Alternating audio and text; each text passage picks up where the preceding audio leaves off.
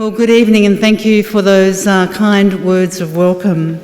Could I begin this evening by acknowledging the traditional owners on the land on which we meet this afternoon, the Gadigal people of the Eora Nation. Pay my respects to the elders both past and present, and indeed any Aboriginal people that we have with us here this evening.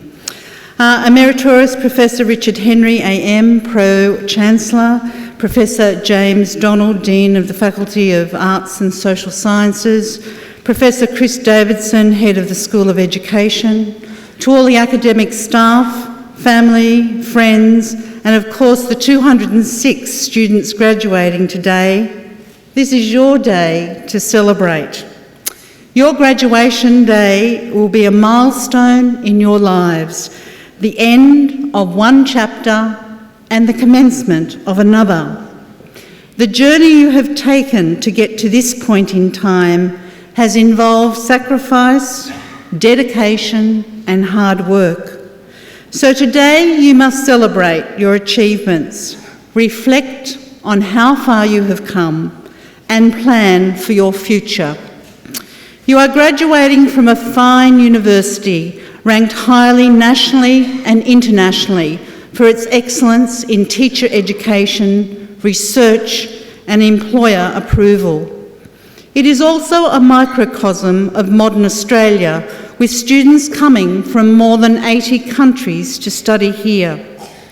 It is a great honour for me to deliver the occasional address at my alma mater.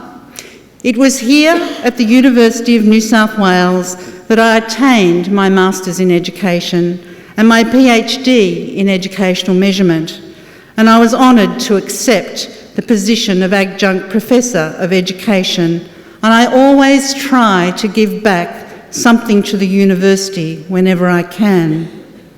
I can remember well the hard grind of study and juggling my roles as a mother, wife and daughter, working during the day as a teacher and studying at night.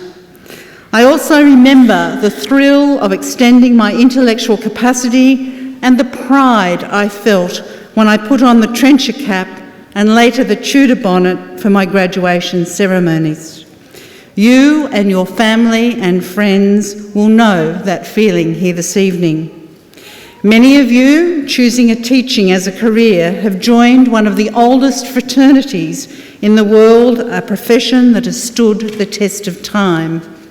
I chose teaching because teachers were very important and respected people in the small town of Tumut, where I was educated. I was the first family member to go to university, and I remember too well my parents parting with $80 for a very large amount in those times to buy me a state-of-the-art 4-function calculator. Yes, it could add, subtract, multiply and divide.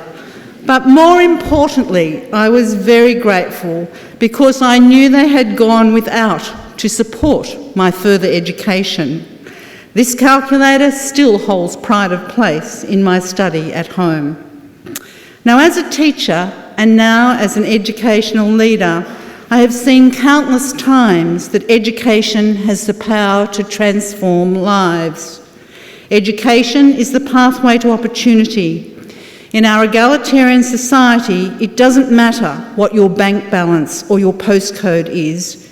Every child has the right to a quality education delivered by quality teachers.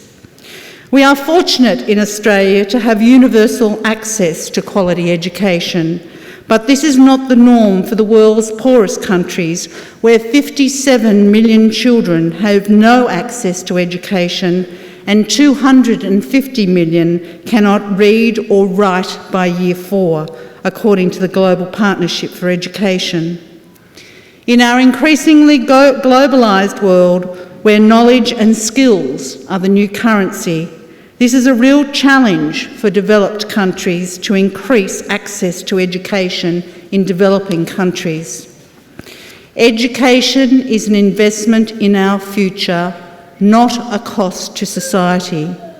We know from research that higher levels of education translate to better health, higher incomes, and even less crime. When I visit schools as the leader of the New South Wales public education system, I see how teachers really do make a difference. We've all had those light bulb moments when a student suddenly grasps a concept, or those times years later when we bump into a former student and hear about what great success they've had in life. There are teachers who turn around lives, teachers who coax disengaged students back to learning, teachers who inspire students to greatness, and there are teachers who feel a sense of loss when a student leaves school early because they know the future may not be as promising as for those who've stayed under the umbrella of education. The impact of teachers can indeed be profound. We know that great teaching doesn't just happen. Teachers need to be trained, supported, mentored, continue professional learning all through their career, and be inspired and challenged by strong school leaders. Because at the end of the day, the reason we all choose to go into teaching was to make a difference to students' learning experiences and to help them realise their dreams and potential. It's important that as teachers, we have high expectations of our students.